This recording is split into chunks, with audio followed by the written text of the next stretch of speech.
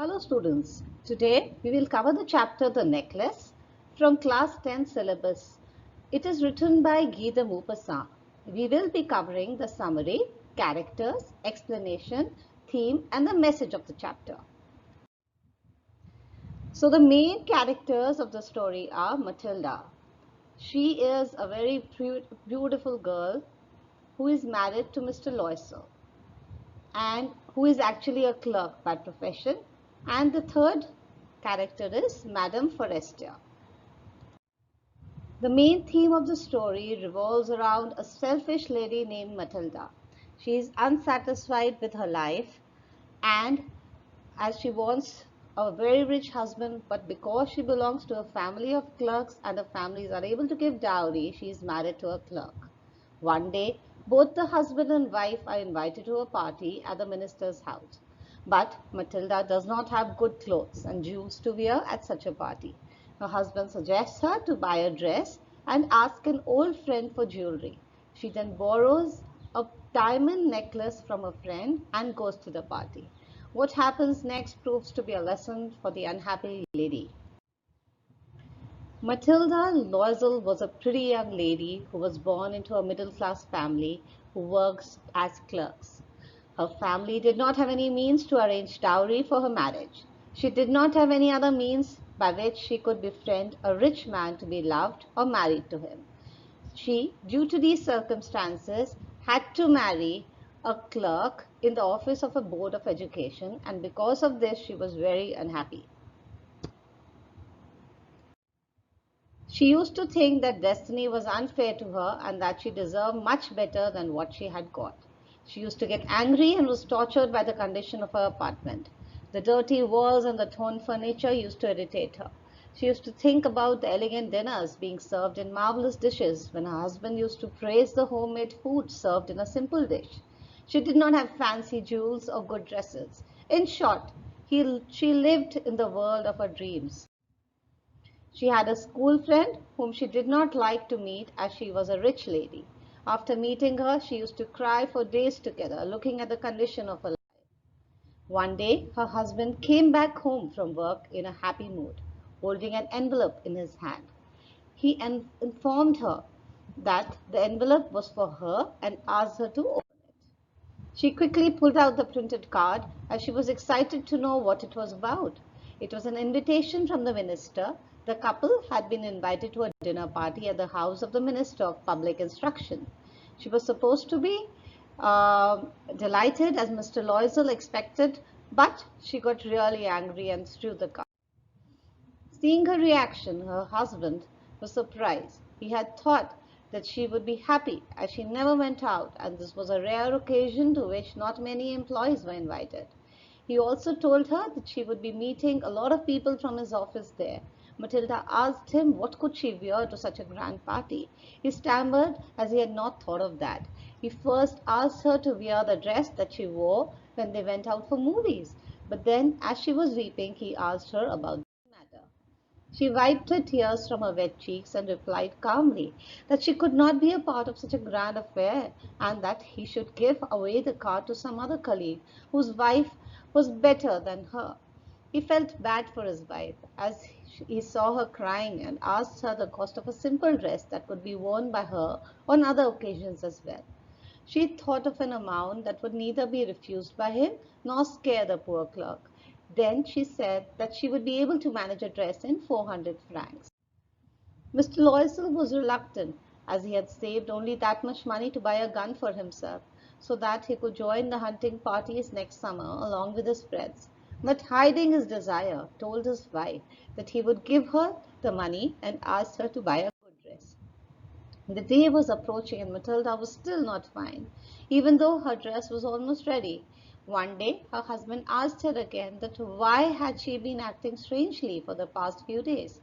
Matilda replied that although she had the dress, she did not have any kind of jewelry to go with the dress. She said that without any jewelry, she would look like a poor person in such a big party. She again reiterated that she would rather prefer not going to the party at all. To this her husband replied that she could wear some natural flowers over the dress as they looked really nice and attractive.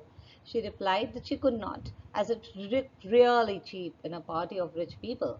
Then her husband suggested that she could go to her friend Madame Forestier and ask her to lend some jewelry. Matilda became happy again as she heard the idea.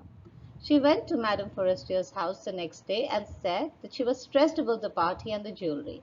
Madame Forestier went to her closet and brought out her jewel box. Madame Forestier asked her to choose for herself whatever she wanted. She first saw some bracelets, then some pearl collars, and then a Venetian cross of gold and jewels.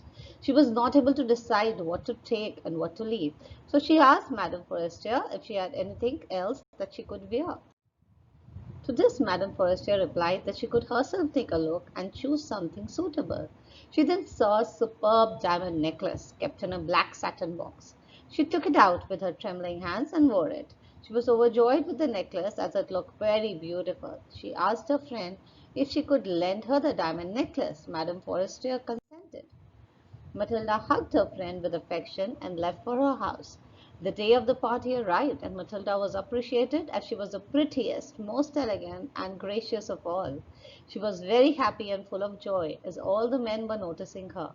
She was full of enthusiasm and pleasure as she was very happy with all the attention she had gained. The couple left the party at 4 o'clock in the morning. Her husband had already slept at 12 o'clock in one of the halls with the three other men whose wives were also enjoying the party. Mr. Loisel threw the wrap around her shoulders as they were about to leave. The elegance of the party dress was getting ruined by the wrap, as it was not that pretty. She wanted to leave the party quickly because she did not want the rich ladies who had wrapped themselves in rich furs to see her in a cheap wrap. As they got to the street, they were looking for a carriage which could take them home, but could not find one. Then they saw a coachman at a distance and started calling him. The coachman did not stop. They kept walking together towards the river and finally found a carriage. The carriage took them to their home and they both went up. By then they were extremely tired. As she stood in front of the mirror and removed the wrap to see herself one last time in the beautiful dress and necklace, she cried because the necklace was missing. It was not on her neck. Her husband was already half undressed by then and was almost ready to go to sleep when he asked her the reason for shouting. She turned towards him and said that Madame Forestier's necklace was missing and that it might have fallen somewhere. They searched it in the folds of the dresses, the cloak, and the pockets, but could not find it. Mr. Loisel then asked her if she remembered having it on while they were leaving to the minister's house. Matilda said that she remembered having it on as she had felt it while leaving the house of the minister. Mr. Loisel said that if it would have fallen on the street, then they would have heard the sound of the falling, but they did not hear anything, which meant that it must have fallen in the cab. To this she replied that it could be possible that what he said was right, and asked him if he noted down the number of the car. Both of them had not noticed the number of the car. Mr. Loisel dressed up again to go and looked on the tracks where they were walking. She remained at home wearing her evening gown, whereas her husband went out in search of the necklace. Mr. Loisel returned at around 7 in the morning and announced that he had not found anything. He also went to the police and cab offices asking about it and gave an advertisement about it in the newspaper, offering a reward for whoever returned it. Mr. Loisel suggested his wife to write to Madame Forestier that they had given the necklace for repairing as the hook of the necklace had broken. After looking for it for almost a week, they decided to buy another necklace for Madame Forestier, as they were not able to find the original one. Then they started looking for a necklace similar to the one they had lost and found one in the shop at Palais Royal. The price for the necklace was 36,000 francs with a discount of 4,000 francs. Mr. Loisel had about 18,000 francs, which were given to him by his father before his death. He borrowed the rest of the money from different money lenders. He then bought the new necklace from the shop by paying the full amount. Then Matilda took the necklace from a friend. A friend complained that she should have returned it earlier as she too needed it. Her friend did not even open and check the necklace as Matilda had expected. She was anxious about what would have happened if her friend came to know about the replacement of the necklace. She could call her to be a thief. She soon realized how terrible life would become. She knew that they would have to pay the loan that they had taken for the necklace at any cost, so they started to reduce the expenses and save more. They removed the maid from her job, changed their house, and rented rooms on the roof of a building. Now she had to learn the tiring, boring kitchen work like washing dishes and cooking food. She would wash clothes and hang them on the line and dry. She used to go down to the street each morning to get water.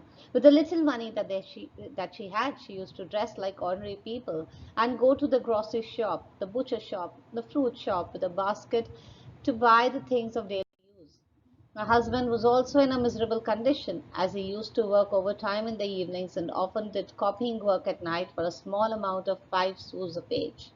They did this for 10 years and were finally able to pay back their debt. By this time, Matilda had turned into a typical housewife. She had started looking old with her hair badly kept, hands red, and she used to speak in a loud voice. Many times, to feel good, when her husband used to go to work, she used to sit next to the window and think about the party at the minister's house.